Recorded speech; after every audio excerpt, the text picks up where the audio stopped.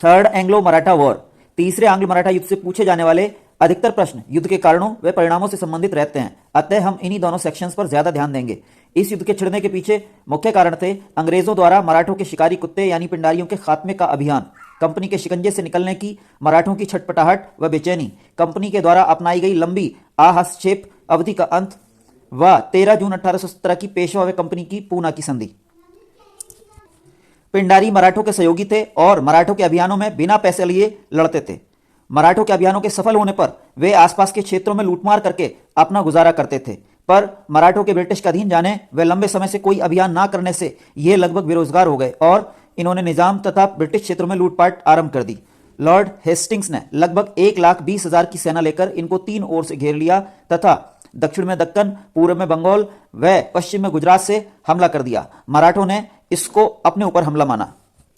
इसी तरह Lord Wellesley के जाने के बाद से 1813 में लॉर्ड हेस्टिंग्स के आने तक ब्रिटिश ने आहस्तेप की नीति का अनुसरण किया। वह पूरे भारत में किसी प्रकार का साम्राज्य विस्तार आदि का प्रयास नहीं किया, क्योंकि वे बहुत ही सोच समझकर भारत में साम्राज्य खड़ा कर रहे थे और किसी भी बड़े क्षेत्र या राजा को अपने अधीन करके कुछ समय के लिए साम्राज्यवादी गतिविधियों को रोक देते थे, जिससे जनता व दूसरे राजाओं का मूड भांप सकें। उनको डर था कि अगर लगातार साम्राज्य निर्माण गतिविधियां चालू रखी गई तो यहाँ के राजा व जनता भड़क सकते हैं और मिलकर विद्रोह कर सकते हैं।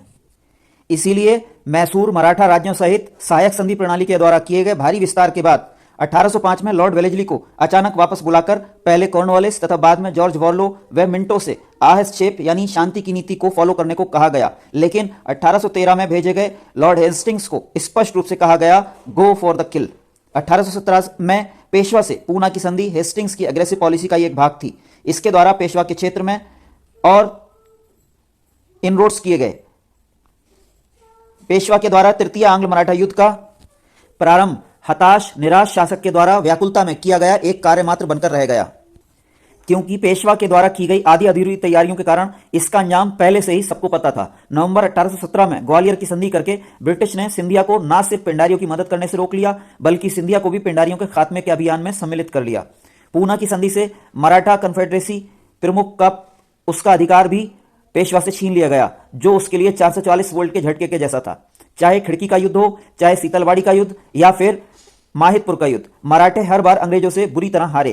वे कहीं भी ब्रिटिश को सही मायने में चुनौती देते नजर नहीं आए और इसीलिए ब्रिटिश ने उन्हें हराकर पेशवाई को सदा के लिए समाप्त घोषित करके बाजीराव सेकंड को पेंशन देकर वर्तमान उत्तर प्रदेश के कानपुर जिले में स्थित बिठूर नामक स्थान पर भेज दिया। सतारा नामक एक छोटा सा राज्य बनाकर वहां शिवाजी महाराज के एक वंशज प्रताप सिंह को शासक बना दिया गया। गुजरात के गायकवाड़ व ग्वालियर के सिंधिया सदा सदा के लिए ब्रिटिश सरकार के मित्र बन गए और इस प्रकार अब पूरे भारतीय महाद्वीप उपमहाद्वीप पर सिर्फ पंजाब के सिख साम्राज्य व सिंध के अतिरिक्त कोई बड़ी शक्ति शेष नहीं बची थी। इन दोनों ताकतों को भी 1840 के दशक में जीतकर ब्रिटिश ईस्ट इंडिया कंपनी ने भारतीय उपमहाद्वीप पर अपना एकाधिकार व वर्चस्व स्थापित कर लिया।